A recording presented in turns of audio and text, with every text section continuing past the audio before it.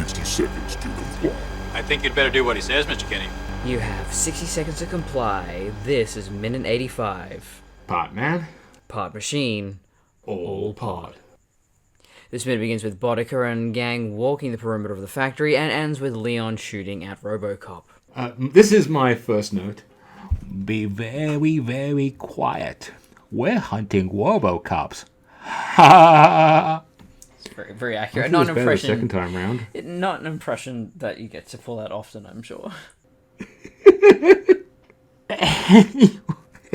So, RoboCop utilizes a classic Metal Gear tactic, throwing some scrap metal to distract... to create a diversion, sorry. I just said it again. Yeah. Third time's the fucking charm. Five times the fucking charm. Yeah. RoboCop utilizes a classic Metal Gear tactic, throwing some scrap metal to create a diversion, and it works. Everyone turns and fires in the direction of the noise, like idiots. Yeah, I was going to bring this up in the commentary. So, that piece of scrap metal, Ed actually confirms that it's actually the mirror that Murphy was holding to look at his face. Ah, symbolism. Yeah, it's kind of one of those blink and you'll miss it kind of things, but yeah, that's it. Because there's a close-up of it, but it's just so quick you don't really pay that much attention. Recycling assets. Yeah. But I don't know if it's deliberately supposed to be symbology, but they don't mention it. But it's definitely an interesting. It also what did Murphy just throw it away afterwards? And we didn't see that, or so. How did it end up there? But it did, or did he just? Because it's implied that he just picked it up from where he was standing. But it's a good distraction tactic. Well, there may be more than one if they were using it for manufacturing. Yeah, okay, true, yeah. You don't tend to keep polished metal around, but whatever works. We will never know. But I just watching this minute again, I don't know why it just suddenly struck me how... Well, I think it's just seeing things filmed on film. It always... I'm in love with it. There's something about it that always seems so beautiful. So the lighting here, the lighting in the scene. So it's at sunset... Oh, yeah. And the way the light is hitting certain parts of this building, and we've only really seen it on overcast days, really flat grey lighting, and now it's getting a lot more contrast, and there's just something so beautiful about it. Well, the symbolism is, of course, in the building itself. It's this is the place where Murphy died, and now the people that killed him are coming back to finish the job. I think the lighting does actually, whether it was intentional or not, but it gets brighter and brighter as you go throughout the film. So it starts off pretty dark. I mean, you're especially in the interior when he's shot to death. It's just dark shadows, all that. And this is getting a little lighter. You're getting some golden glow, some godlight coming through almost. And then by the end, it's in broad daylight. That's Verhoeven's Jesus imagery, which we get a very blatant shot of that in a few minutes. So... That interesting you bring that up. Though I have been thinking about. There's a lot of movies that go into Christian iconography, and I've been going through a bit of an anime phase lately, and surprised that imagery and those concepts are still very present. Obviously, Evangelion, Neon Genesis Evangelion is probably the biggest example of this. Is just basically sci-fi Christianity, and. There's a lot of other shows that just play with those themes, and I guess the question is, one question, why do we keep doing it, and is there any creative merit to it at this point? Is it just, it's unoriginal, uninspired? Is there anything we can say about Christianity that hasn't been said before? I think, you bring up a really interesting point there. For Western culture, yeah, it's probably all tapped out, because essentially what you get now in Western culture, especially if you're part of the atheist spheres, or especially maybe part of the new atheist spheres, you see what a lot of film, atheist film reviews, like Christian movies, and a lot of the modern day Christian film genre is very much this we're the oppressed, we're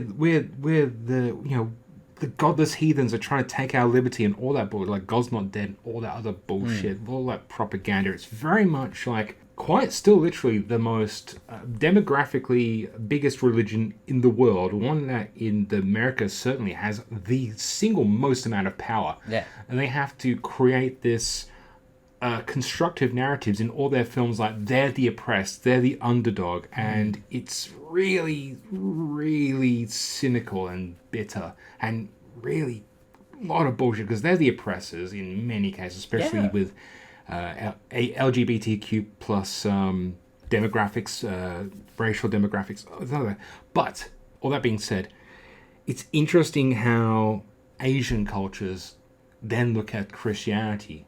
Yeah, Evangelion's a great example of that, because it's less, they're not really commenting about Christianity itself in that show, but they're using the symbology, like the Dead Sea Scrolls and all that other stuff, and like the crosses, and a great lens to see how they interpret it, because it's almost like it's they take a more of, like I say, a fanficky approach to it.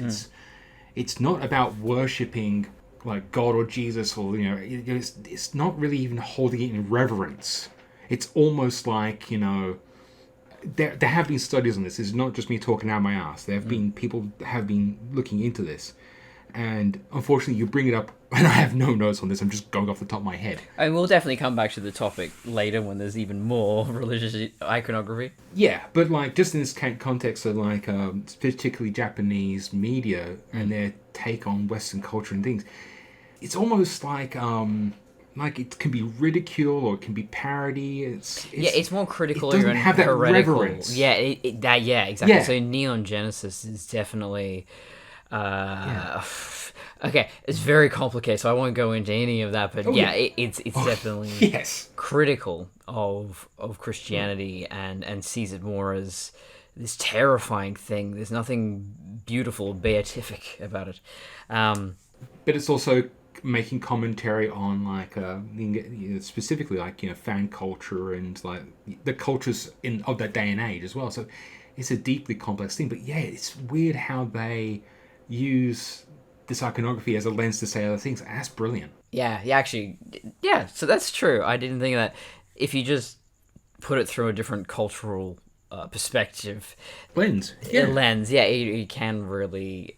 There's still more to be said about almost any topic, really, if you do take that approach. But the other thing is that I think the hero's journey has become so foundational in every culture. I mean, the shonen anime, for example, you have this young male protagonist who goes on an adventure, and you could very easily just shift that to it's a Christian, it's a messianic story. Obviously, The Matrix is another one that.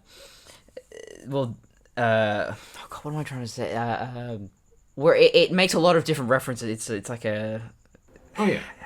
Well, Matrix is also heavily influenced through like philosophy and Japanese media, Eastern philosophy as well. Yeah, I couldn't remember if it was specifically Japanese, but the Wachowskis are pretty much. Well, I mean, it comes to the martial arts and stuff. It's a bit of. Yeah, they Japanese and Chinese. Inspired by all that stuff.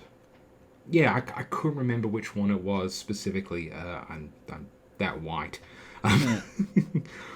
But the funny thing is, off the top of my head, I was just thinking of cultural appropriation of Christianity. Superman. Yeah. Made by two Jews. Yes. With a Moses background, and pretty much all modern day interpretations, specifically Man of Steel. It's all about the Christian iconography. Yeah, why is he not played as friggin' Moses? He's not Jesus, he's Moses. He was always Moses. He's Moses. Yeah.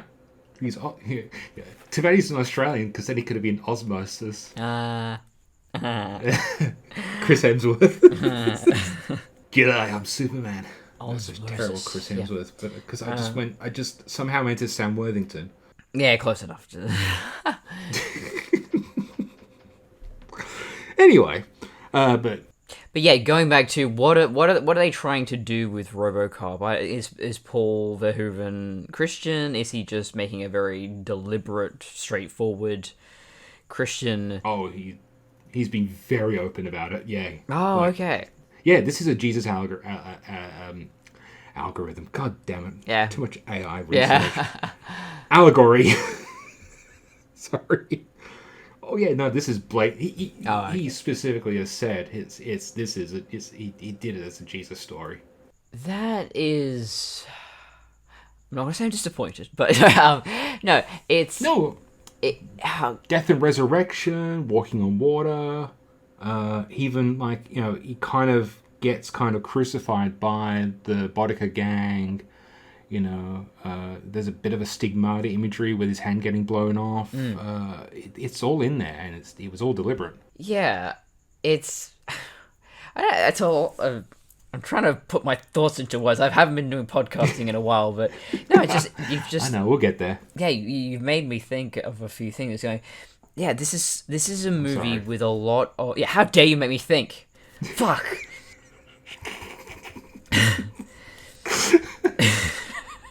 This is Minute by Minute's podcast. We're not thinking. This is a movie... I mean, up till now, we have said many times, this is a movie with such fantastic satire. It is so intelligent, so self-aware when it comes to... Well, then modern society, but it's still relevant now.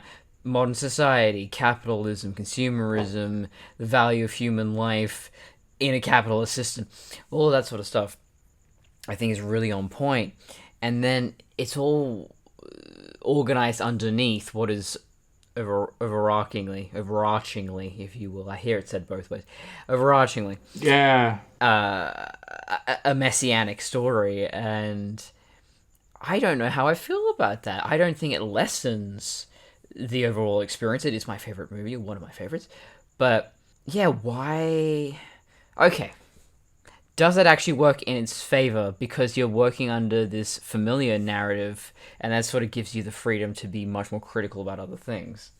I think it works, at least, I'd say for me, and I think it works, well, I think it probably does work in your case as well, because it's not overt. It's a very subtle subtext. If it was like Man of Steel, where we see RoboCop literally in front of a picture of Jesus and doing the Jesus Christ pose at every single fucking moment... Yeah. Then yes, it would be so heavy-handed. But no, I mean, like, the death and resurrection, it's part of this character's journey. Like, even when I say about stigmata, you can't necessarily read into that unless you just go, oh shit, yeah, he kind of holds his hand down and gets blasted through it. And then he's literally walking on water, but like, it's like a soft, it's just a shallow puddle, but so it's still, the symbology is still there. True, then RoboCop tends to then, kill a bunch of people, but like, Jesus also kind of made fig trees bad because he hated them. I don't know where I'm going with this. Really? He did the whole thing where it's just like the fig tree wouldn't bear fruit out of season, so he got pissed off and went to say, "You're not going to give me fruit anymore. Fuck you." I didn't know that. I don't know. Just Google Jesus fig tree. I'm sure it's there. Wow. It's right next to the lemon party. Jesus Christ, man. But, I guess this is a thing. There's a reason why they call him Jesus fucking Christ. Yeah. Jesus F. Christ. That is, in fact, my middle name. I don't know why I imagine him played by... Oh, God, the guy who plays MacGruber. I'd really love... Crucifix has bad motherfucker written on it. MacGruber Jesus story. I would like that. Mendoza! But yeah, no, I've been coming back to this a lot lately. Well, so I'm reading The Divine Comedy by, Dante. You might have heard of him. Speaking of fanfic? Yes. So I have been making my way through that. I think I'm up to Purgatory. And honestly, I feel like he really peaked with Hell, and then the sequels are kind of a bit of a letdown. But... I prefer your old stuff to your new stuff. Yeah, what I've been really thinking about a lot lately is what is originality and how important is that originality? Especially we live in a world now with copyright and franchises and people love recognizable intellectual property, Marvel, Star Wars, yada yada yada.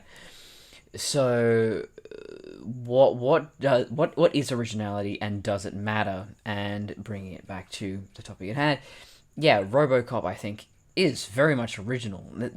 A lot of things copy RoboCop. It is visually and in terms of story and stylistic choices, it is very original. I don't think you could take that away from it. Well, it definitely led to a lot of imitation back in the Yes. day. Like, it was one of those movies that just came out of nowhere, and people just went, "Oh shit, this is like really cool." Yeah. What makes it unique, I believe, and this is why it had some issues getting picked up, is, okay, you got the cheesy name, it's a pretty straightforward story of a cop is killed and turned into a robot. Okay, yeah, it's not the most original thing in the world, but its execution, it's absolutely, not the execution of Murphy, obviously, but the execution of the film. Yeah, that is what that's its strength, and I think that's what Exactly, yeah. I'm realizing. I remember there was an episode of The Simpsons where Skinner is fired, so he says, "I'm going to work on the great American novel," and he's essentially going to write Jurassic Park. So Apu overhears this, and he goes off. He goes all the way off at Skinner and says, "You're an idiot. That's not how this works. It's already been done. This would not be." He's going on and why it wouldn't work. And so as a child, I kind of thought, well, how do you do a purely original story? And I've had friends who say, "I'm going to try and do a story that has no tropes, nothing familiar." And I went, "Yeah, good luck. You can't, because it's basically like saying, I'm going to make music that cannot be compared to anything else." No, that's not how music works. Music and storytelling, it's structure. It is rhythm. It is, to a degree, predictability, but with just enough unpredictability to be exciting. Well, in music you can do things like freeform, but it's usually you have to be an insanely talented musician to be able to, improv and freeform, like things that lend themselves to it, like jazz stuff. But you're still working through jazz, a structure, an instrument. But it's like saying, I want to make music with no notes and no rhythm and no instruments, and it's like, huh? Yeah, I mean, Okay. whenever an artist tries to make music or tries to make a movie that totally throws away structure and any sort of familiar groundwork there that we've developed over decades, or even a century at this point, it's never going to be a hit. And people are not going to enjoy it, because that's just not how we communicate. No, yeah, cinematic language is definitely a thing. Well, actually, that's the funny thing is, such projects are well and truly within the realm of art. If it's about expression or about emotion tied to visual expression or something like that, it usually has to have something behind it. It's just a cacophony of noise. The reason why we've developed over the years, or over the century plus of filmmaking, things like the 3-act structure, the 6-act structure, the tension graph, mise-en-scene, all this stuff, is because that's what we as audiences tend to react to. We tend to... It's also about following. Like, you can do unstructured time narratives. I think probably one of the best people who does that of recent years, and I can think off the top of my head, is Rian Johnson. He does a great thing with, like, in the Benoit Blanc films, like having this whole thing about flashbacks and changing the narrative around and like revealing stuff like that. Poker Face is brilliant because it starts off with you watching the murder or the crime, knowing who's done it, and then you go backwards to when Charlie gets involved, and it's the cat and mouse game. It doesn't have to say that every movie has to start at the beginning and end at the end. I mean, preferably you want to end on the most dramatic, emotive beats, but then, like, you get movies like, say, what's that Christopher Nolan one? His first one, Memento. Yeah, like the movie that's kind of done in reverse, structured in reverse, but, it's still one of those things where people still resonate with it well enough. Yeah, I know Dan Harmon is not very popular right now, but he did write a very good story structure 101, and that was, I tried to wrap my brain around writing stories for a long time, and I always sucked at it, and that was the one that actually got through to me. But one thing he said was, imagine if spiders told stories. They would not follow the same structure. They would not have the same priorities. There would not be the same rise and fall in tension and all that. I mean, they hunt. They don't go out and hunt. Well, most of them don't go out and hunt. They sit and they wait for food to come to them, and then they trap that food. And that structures their concept of reality. And so I think the same thing happens with the way we tell stories. That now you can slowly reveal information in non-chronological order, because that's how we get to know people. When we make a friend, you don't know that person at all, really. You start talking, and then they reveal a little bit more, and then they reveal a little bit more, and okay, oh wow, I didn't know you had that background. Okay. Yeah. And so that's fundamentally, I think, I don't want to say the confines. I mean, yes, the limitations of the way that a human being would ever tell a story, because it's communication, and communication is an extension of the psychology. We are a creature of cause and effect, of routine. Yeah. Yeah. Language. Well, that's it. That's why I come back to the phrase language, like visual language, musical language. And this has always been one of the problems with extraterrestrial life, not just out there, but even like in our own world. Like, we can't communicate to 99.9% reoccurring of the species. We just have a language barrier. You know, we can understand our pets to a degree because we've been around them. We know, oh yeah, I know you're hungry, but you're not going to be able to interpret that when like the alligator's chomping at you. Your fight and flight might kick in, but how do we communicate that across to a potentially other intelligent species? And not even that.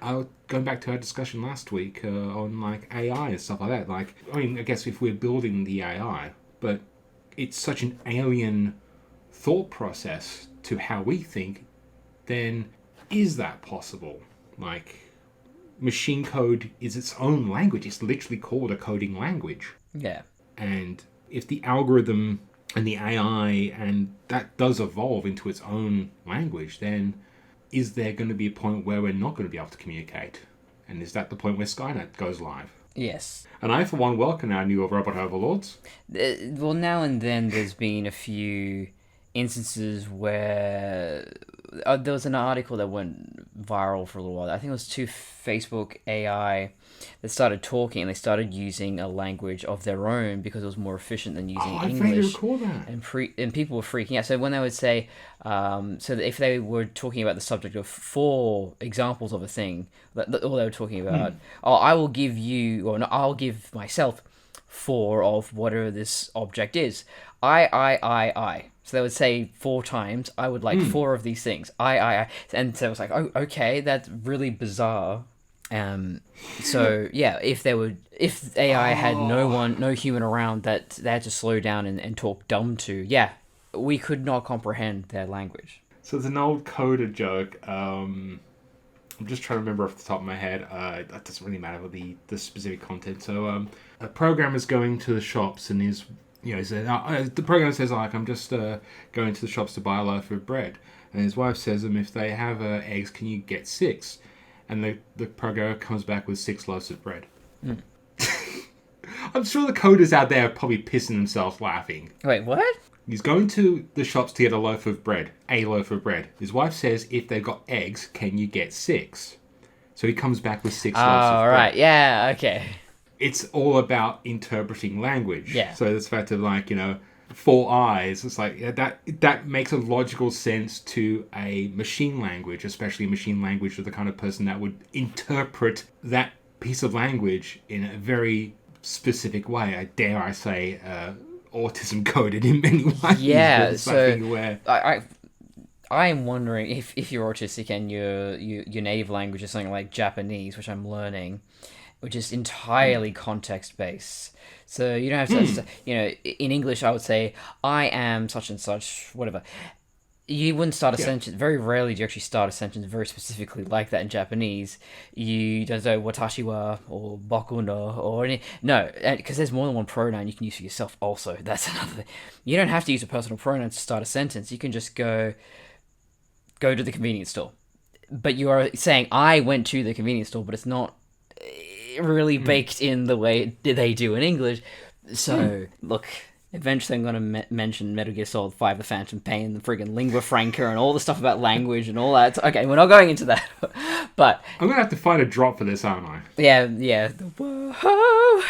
That's going to be the drop if I bring up Phantom Pain or Metal Gear. But, yeah. You do realize... That's just the exclamation mark. Yeah. Yeah. You do realize when you start to learn another language that there is no universal way of thinking. So... No. Coming all the way back around to why film language... No, the funny thing is, just quickly, actually, they've done MRI tests of people who are, like, bilingual and stuff like that, and actually... People use different parts of the brain to speak different languages. Wow. They are you literally do not think the same way when using a different language. Wow, that's interesting. The more you know. Yeah. Yeah, weird. Well, that makes sense because when I speak Japanese, obviously I'm having to, use totally different words. But it's not just that. It's not a one-for-one of... You're just translating every word for another word. You're not swapping them out. No, the entire sentence structure and the way I think about delivering information is now different. Is you're basically talking like Yoda.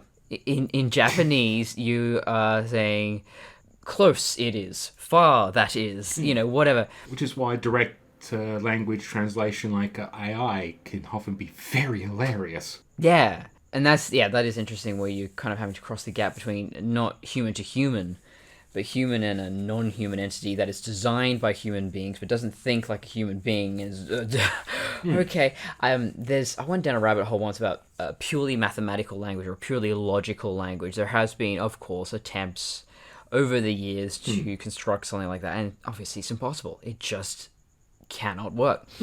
Going right around to our initial point, going back to RoboCop, bring it back on track. Language in film or storytelling has to follow a certain structure, and so around the world, art is almost a universal language, or film especially, because most people, I think, 99% of people in the world watch movies, and so that is why it's sort of a cause and effect, or a kind of a circular thing, I should say more. That it's okay. Well, we grow up with film. Film is told in a certain way, so then if we grow up to tell stories through film, we're going to be inclined to tell them using those exact same structures. Yeah.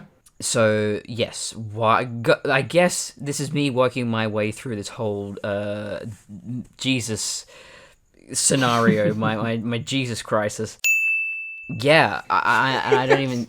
It can be secular because it is such a... It's the hero's journey. It is so universal. I don't even think it necessarily has to be saying anything about religion at this point. It's almost detached from the source material, if you know what I mean. Yeah. No, it's funny you say about visual language. There's the Hollywood movies that do well in non-English speaking markets, particularly the Chinese market, as particularly pre-COVID, was actually becoming one of the... I think it was almost the second largest movie-going, or at least set to become the second largest movie-going audience in the world. And the Hollywood movies that made the most amount of money over in China were the ones that weren't in... Yeah, they're still in English, but they were just action movies, or they're just like these long movies with just a lot of visual stuff happening. Transformers did gangbusters over there. Oh, yeah. And that has, like, no plot. But it's so visual, and you visually can... I don't know how, but you visually can understand what's going on through what's happening on screen. There's cultural differences, but people can grasp... It's show, don't tell. People can grasp show, don't tell. And yeah, the appropriation of imagery and stuff like that, yeah, it's always fascinating. And this is why, like, I'm not a huge fan of reboot culture. I'm not... Because it's always... That's why I don't like the bloody Robo Flag, is because it's always deeply cynical. It's not really trying to say anything new. It's just crapping out something for a quick buck. But remix culture and the idea of taking something and going in a new direction from it, which is what I would love to see with Robo Flag. Was how many times have we gone like, oh my god, just imagine if they did this with it. Just imagine if they did this with it, took this angle, approached it from this direction. and you could tell something new and something interesting and something fresh.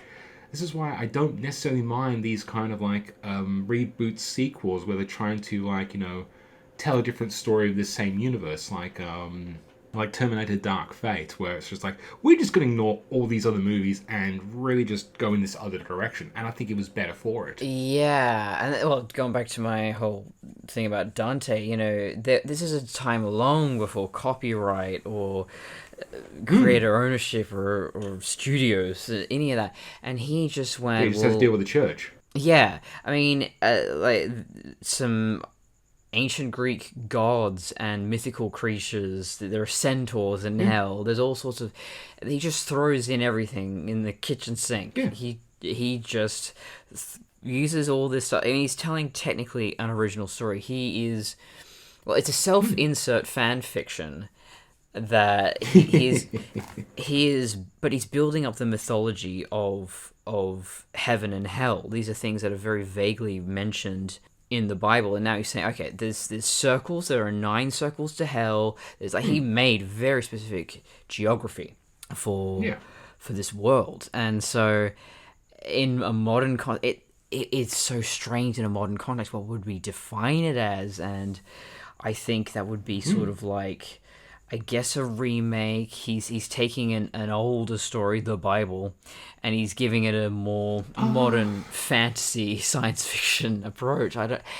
The modern equivalent would be the current trend of the sequel set 20 years later or 30 years later.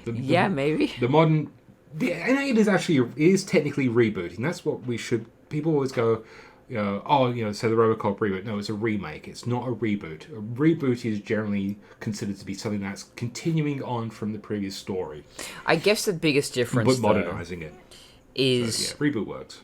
Author intent. So when Dante, hundreds of years ago, is writing this story, he's writing it because he genuinely felt inspired. He wanted to communicate something. He was using all these tools to construct something.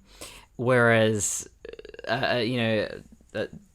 superhero movie number 155 or the RoboFlag movie, those are corporate products. Those are products first, and hopefully there's some art in there, but they're art second. Oh yeah, it's art probably at best 20th. It's a product first, it's marketing second, it's demographic third. It's a deeply cynical industry in many regards, at least at the Hollywood blockbuster tier. And you're still going to get your tiers and stuff like that, but... If we removed all of that, if someone, and this was basically like theatre back in the day that... Well, okay, Shakespeare, he read the original Romeo and Juliet, and he went, that's pretty cool, so he wrote another Romeo and Juliet. So, don't mean to alarm anyone, but Romeo and Juliet was not his original thing. He actually remade that. But bastard. Yeah, and everyone remembers him for he claimed all the credit. But he basically heard this story and went, "Oh, I like that, but I can do better." So he did his own thing, and it is considerably different as far as I recall. But there wasn't. I mean, there was profit being made, but not the kind of profit that a Suicide Squad makes. But I think if someone wanted to make another RoboCop in a world like that, you go, yeah, God, do as many RoboCops as you like. I like RoboCop. Oh my God! Sorry, I just had Will Smith in my head go in the dead shot costume. Go, is this some sort of dagger I see before me? Damn, I hate my brain. Oh fuck! But yeah, that's the funny thing. Keep RoboCop out of your damn mouth. Well, again, this is one of the funny things. Like, everyone considers Shakespeare as this, sacred text and this classical thing. Blah blah blah. Back in the time, Shakespeare's work is, from a cultural perspective, the equivalent of the MCU. Yeah, lowest common denominator. That's true. Yeah, it played to big audience. When I told people about Shakespeare, a lot of people say, "Oh, I haven't read any Shakespeare." I went, you're not supposed to read it. That's why you don't enjoy it. A lot of people think of Shakespeare as a writer, and yet he's a writer. He's a bard. He's a playwright. He wrote plays. So it's like saying, well, I've never read any Tarantino. That's not the point. You're not engaging with the media the way it's supposed to. And Shakespeare's stories are so wonderful when they're spoken out loud. That's what they're supposed to be done. So yeah, yeah. Trying to keep it back on track. Chocolate at my own rage here. Yeah, no, I'm trying to keep focused. So my one last note for this minute was the graffiti on the back wall, where it says, and I'm fascinated by Aranella's Burma Road. What does that mean? Was it already there? Did the production designers put it? I googled it, obviously, nothing showed up. So I don't know what it means. Probably something there from when it was an actual working steel mill. NTL mill! Get another Simpsons reference in there. No, I have no idea. I didn't even think about it until you mentioned it the other week. I was just like, oh shit, I didn't even think about that. So I don't think about it in the sense of like, if there was like, you know, I don't know, so like it was the Guardians of the Galaxy and they're in bloody nowhere and like there's graffiti in the wall, like I'd find that more interesting, but I'm just there going, it's a found location. It could have just been something that was scrawled there. I've been to plenty of abandoned places and like it's interesting. I love the visual look of that stuff. But yeah. Well, there are freight trains. I'm near the. You may have heard some of them in some recordings of this podcast, but yeah, the freight trains come through, and I love looking at them, and I recognize the specific graffiti on them now. But yeah, I love all of that. Just the sort of urban barnacles. Well, I was going to say, I like urban decay as an aesthetic. I'd love to do shoot more of that, to be honest. My question, about 12 seconds into this minute, is that a train cart? It says 6A on the top, and I'm trying to figure out why it looks like a train cart. I just don't know why it would be there. You're going to have to make me go and look at the actual files now, don't you? Yeah, but be prepared. No, I don't keep the file open while I'm talking because I've got enough shit going on in my brain and I don't need that distraction. I'm just trying to cover myself while I go and find it. Not that I'm gonna not edit this out. 12 seconds in, you said? Yes. Yeah, that's a locomotive. I wonder You can see the train tracks on the ground. Oh yeah, so there is a train track there. So I'd love to know the story of that and what they were bringing in, taking out. I said it was a functional steel mill, so up until the 80s. So it could be one of those things where that was where they a dedicated bay for, back in the, I don't know, the late 19th, early 20th century, where they would ship in and out the different cargo or anything like that. And I really would love to have, there's your problem, or Justin Wozniak on the pod to really talk about that, but I have no idea. I'm not a train guy. Yeah. The automobile is more my thing, so I don't know much about trains. I admire them, but that's about it. It is interesting when you see the train and the van right next to each other in almost the exact same shape. There's only so many shapes these things could take, I suppose. Yeah. I guess that all ties into everything else we've been talking about. Is form follows function. You cannot escape it. Yeah, I do have some more notes. Good, because I was going to say, do we have to go to friggin' No. River Flag? Okay, good. Yeah, we can stretch this out. Actually, I don't have that much, but so in the script and the book, instead of the mirror being the distraction device, and I'm kind of so glad they went with the mirror instead, because this just makes no real good sense. The Boddicker gang are distracted by, just serendipitously, they're distracted by a pair of guard dogs at the steel mill. Okay. And yeah, it's just like, they turn up and then like, dogs bark and they shoot at the dogs. Oh no, my other note for that is, this is why you don't shoot at the hip. You're not going to hit anything. No. Then again, those are high-powered sniper rifles, so kick back. There is a bit of additional dialogue in the book. The thing is, at this point, most of the script is pretty much the same. Here we go. You gotta love this padding and flowery language. Up ahead, behind a mound of debris, 2 dogs stood like the hounds of hell. Their eyes gleamed red in the headlights of the van. A large and powerful Doberman was in the lead. A second mutt, part shepherd, part dinosaur, bared his fangs. Oh, so badass. Yeah, it's pretty much the same from here on in, except for we'll get to that at the end.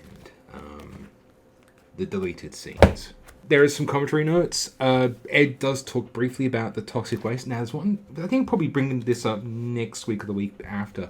There's a lot of people go on about how this isn't toxic waste because it doesn't work like toxic waste. But, it's toxic waste. Yeah.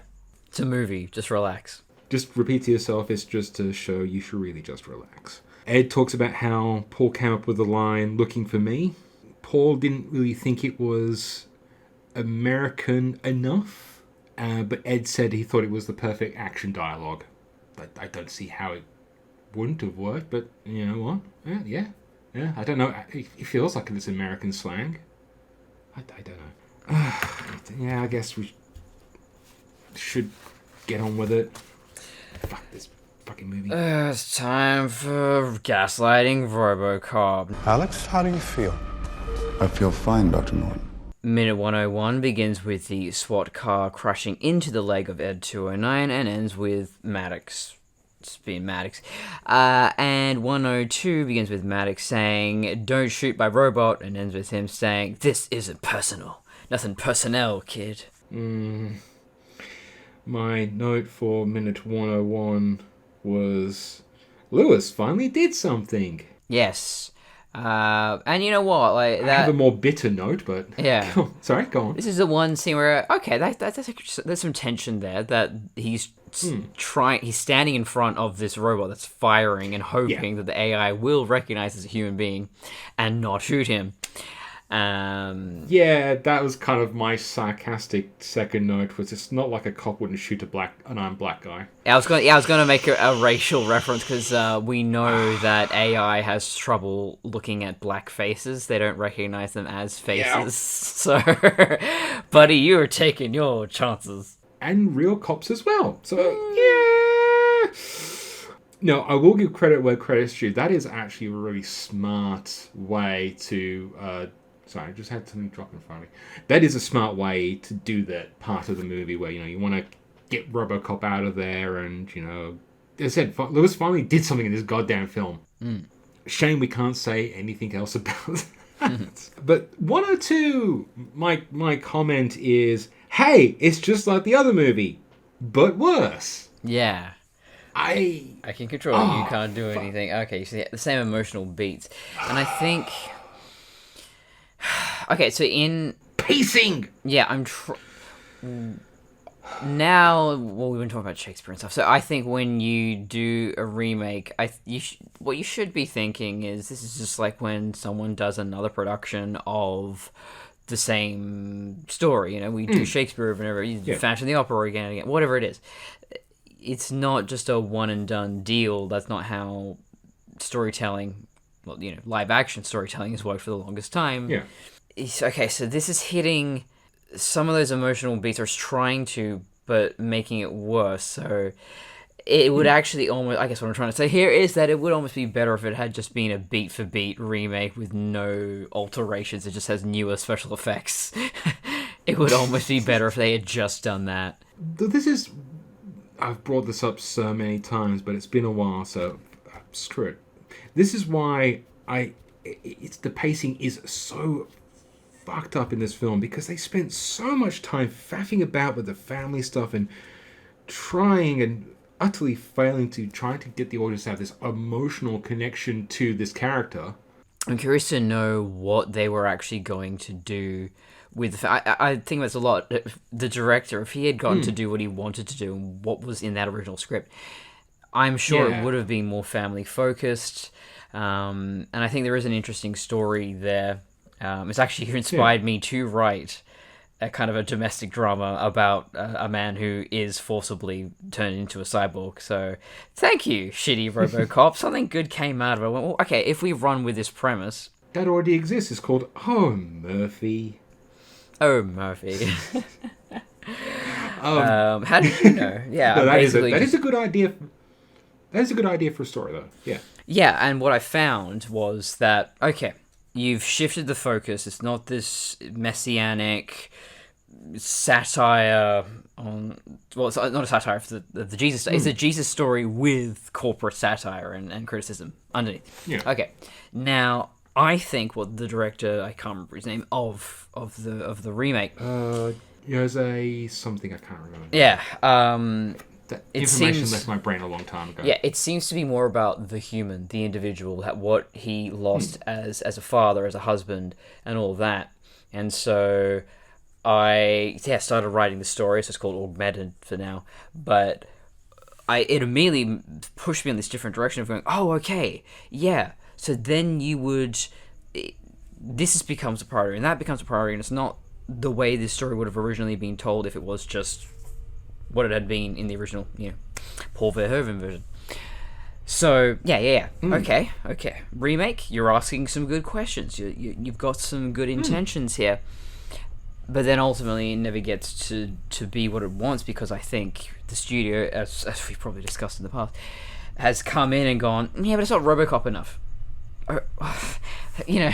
Well, where do you draw that line? Do you want it to just be a beat-for-beat remake, or do you want it to be something new? And so the end product we've got here is something that's trying to be new while still trying to be familiar, and therefore pleasing absolutely no one.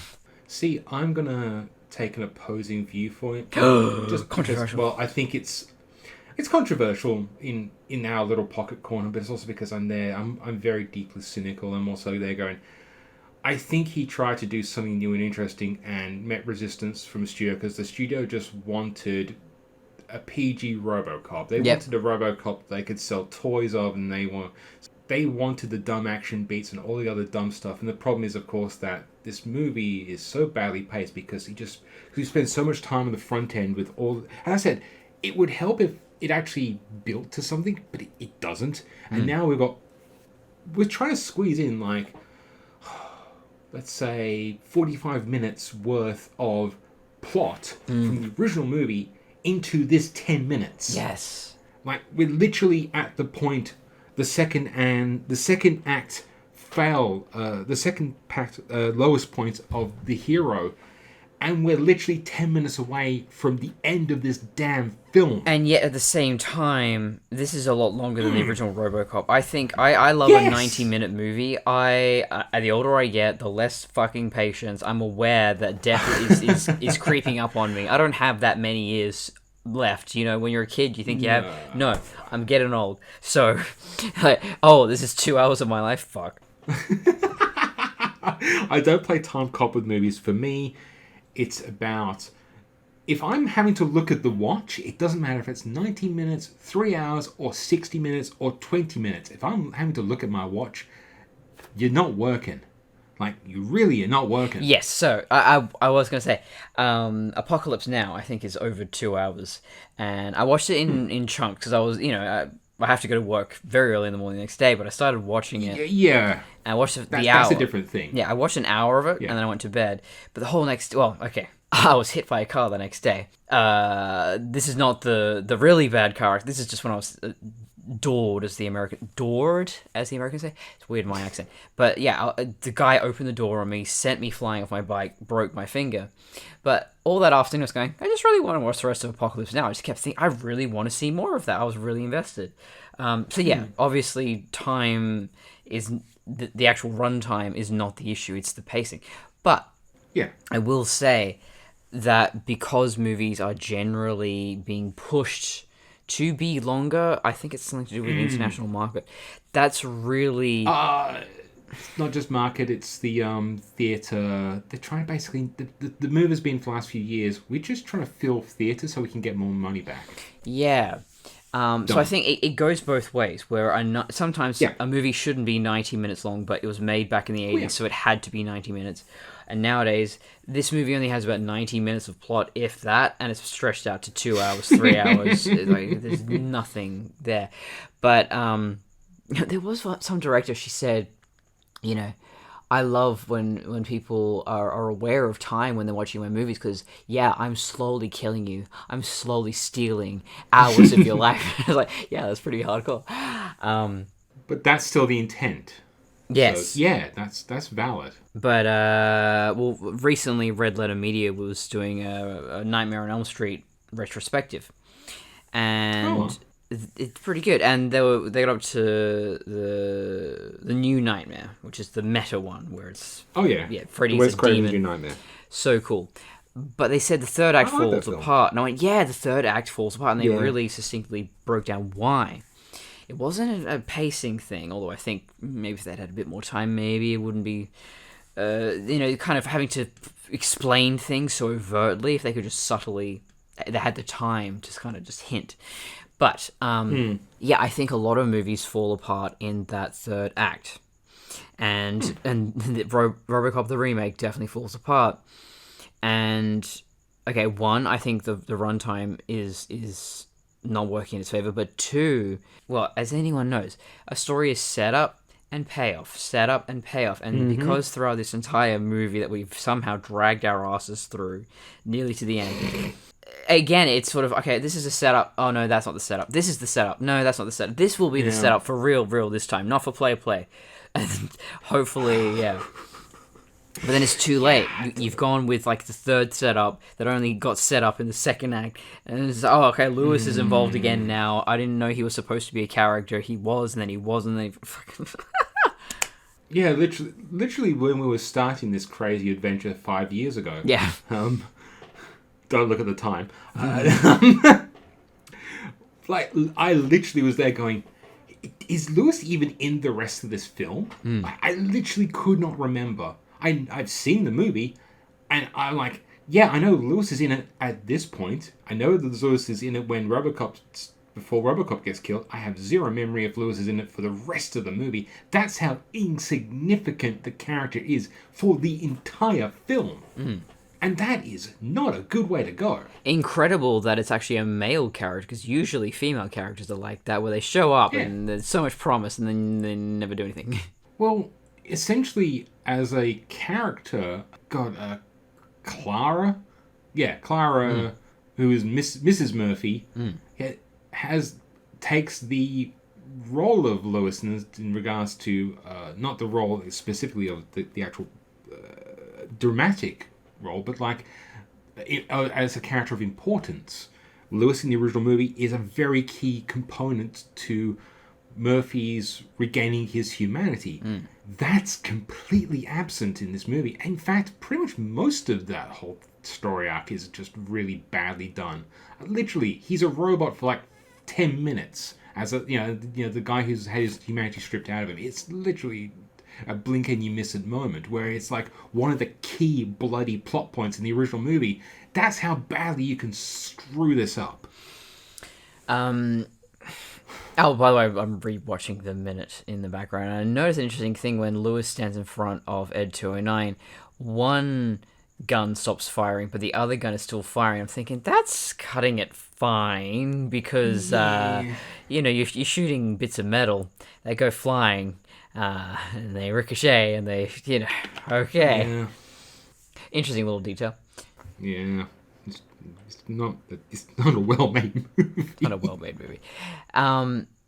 But yeah, I think what I get out of movies by minute is just realizing there's so many times I think we've all done when we've watched a movie and gone, I could do better, or this, he could easily fix this problem. But I'm at the point now where I realize, the people who were working on this also could have done that. But it comes down to studio decisions, and it's easy to make the studio the villain because they're often the villain. But sometimes those decisions do make sense.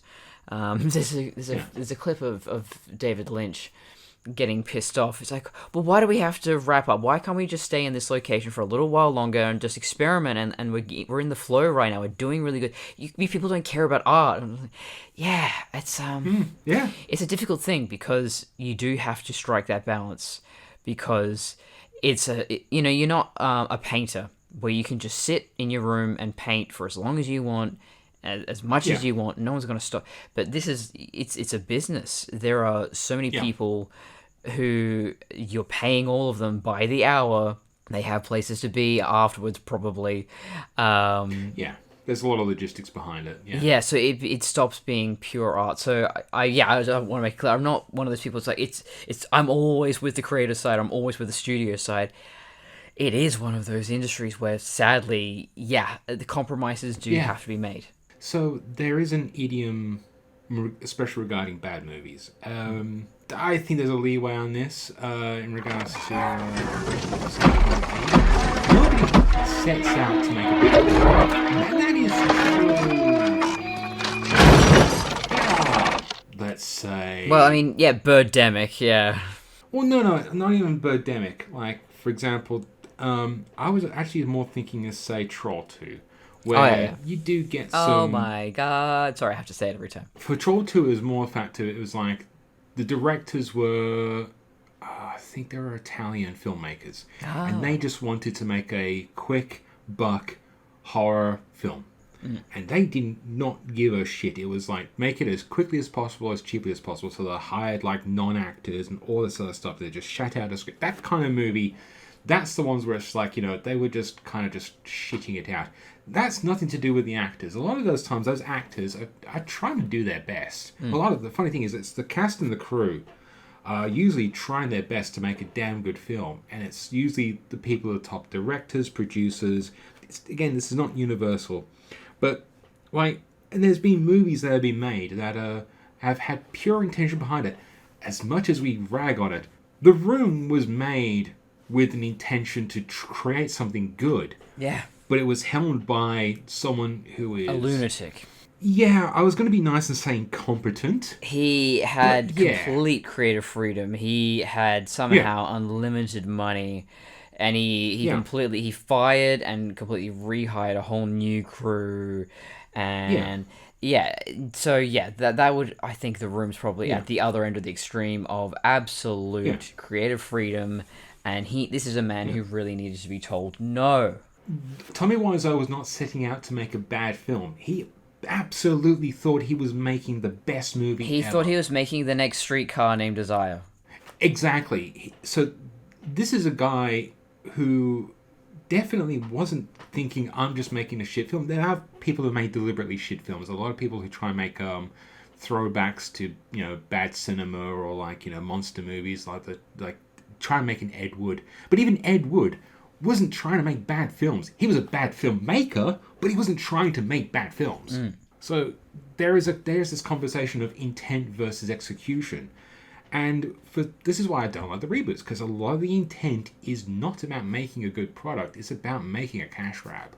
They might hire auteurs and talented filmmakers, or potentially talented filmmakers, Ghostbusters, but the end product is still bitter and cynical because the entire intent behind it was bitter and cynical to begin with. Sorry. Sorry. I'll get off the soapbox. No. I was there is something hard under my scar, and I'm wondering, is it like an ingrown hair on my leg, or is that have they left a stitch? It's one of those government implants. Government implant, yeah. It's not painful. We've got to figure out what your code words are so we don't trigger you. Yes. Quickly Googles Winter Soldier. Yeah, Winter, November, something. Hang on. Oh, I used to remember it. Longing, rusted, furnace, daybreak, 17 benign, 9 homecoming, 1 freight car. Homecoming? Oh shit! Yeah. I love that technically Homecoming's an Easter egg. Yeah. Oh, yeah. It was in this minute that Sellers does say something about basically the organic part of Murphy is dead and the cybernetics that continue to function with it. That is a fun concept. I love that. If you're just, there's a rotten carcass inside this cybernetic body, that the robot part's still going. It's just adapted to live without the human. That would be sick. That would be cool. I would like that. If the conceit of this movie is that the brain is essentially the processor for the software, no, that doesn't work. No, but that would be a great horror story where maybe like a Love, Death, Robots, where someone like a Ghost. Yeah, Ghost in the Shell. Oh yeah, Ghost in the Shell would also be. Oh great, it's in the title. Would be a great. I was thinking Ghost in the Machine in a different context. Oh okay. Sorry, I'm a weeb. Yeah. It's where I went first. No. But yeah, the idea that the organic parts, or the cybernetic parts, have learned to adapt without the organic parts. So it just continues, and it maybe it's almost like where, or like when that if you cut a chicken's head off at the wrong point, they've got quite a long margin of error there with the brainstem. The brainstem, thank you, brainstem. So their brainstem's quite long.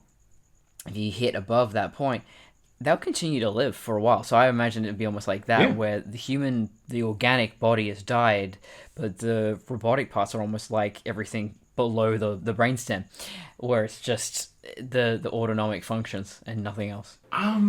There has been some fiction of that. They tend to depict them like techno zombies, because essentially it's like, there are zombies in that sense of like they function, they kind of rely on instinct, but like the processing, I said, essentially if your brain is gone and that's the thing that's processing everything, then if there's some rudimentary AI, Dr. Octopus's tentacles in Spider-Man 2, it's just like it's rudimentary AI, but like if... Yeah, well, what happened... Oh, that's probably happened in the comics. What happens if Dr. Octopus dies? Well, Dr. Octopus has died at least twice that I'm aware of. His arms have a funeral and they eat him, or like... Well, the arms in the comic books are different, but in the movie it's just one of those things of like, because it's got a rudimentary AI and it talks to him, but if Dr. Octavius had died, or he had a brain injury and or his head got decapitated, those tentacles have personalities and things, but it's not like they're gonna really function necessarily. What if Doc Ock was like Britney Spears in South Park, where only the top part of his head was cut off? So I just realized that's bullshit, because in the movie they specifically function by themselves in the hospital scene. But my point is that I don't know why I'm excited about the idea of writing this fanfic, but okay, with my blessing, go ahead. Yes, okay. Zombie Doc Ock. Okay, here we go. Because I don't know what happened to Zombie Doc Ock in Marvel Zombies, but I was thinking about that too, and okay, this is getting way off track. And we said most of our notes basically. I mean, it started from my last note, but I was disappointed with Marvel Zombies. Okay, the symbiote and Doc Ock and even Iron Man, you can do some really interesting shit with that concept and how they go zombie, or even Wolverine. But they don't. It's just you show up and everyone's turned into a zombie. Well, hang on. Yeah. But how does it affect their powers? If you're going to do zombie superheroes, show me zombie plus superhero, not just zombies. I think the only thing they did interesting was, I'm going to probably cut all this out because it's really not relevant, but it's not relevant, but it's good to talk.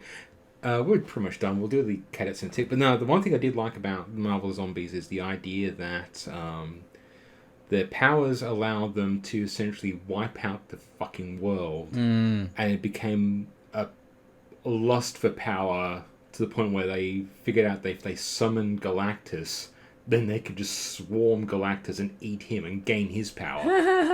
And like that is like an actual really fun way to do that story. Like the consumption of flesh is one thing, but what happens when you got a planet full of zombies, because like the greatest heroes of all time have basically, they're zombies now, and so they want to go and visit other planets. And how are they going to do that? We gonna trick the world's most powerful zombie, Galactus, fleshiest. We're just going to attract the world's most powerful being, and we're just going to absorb them and fly throughout the universe and kill everything. So I think that is an interesting take. But yeah, Marvel Zombies I think is overrated. All right, Simon, where can we find you? You can find me at Painting with Night at Instagram. What's the other one? Facebook and paintingwithnight.com. I also sometimes do other podcasts, but that's pretty much my main stuff. And where can the lovely viewers find you? You can find me at traviandesigns.com, and mostly these days this is where I upload my art and photo shoots, and Courtney Colson on YouTube, and soon Metal Girl Solid. I don't know where that's going to be, but yeah, that's my podcast about Metal Gear, and so I'm promoting it. It would be very, very ironic if that comes out before this. Yes. It's being progress for years now, so you never know. But yeah, so if you want to hit us up on the Instagrams at 60 Seconds to Play, 60. No, it sounds like I'm saying sexy, but it's not. 60. There we go. I can fucking talk. 60 Seconds to Play. Facebook, Spotify, iTunes, all that sort of stuff. And until next time. Looking for Robocock?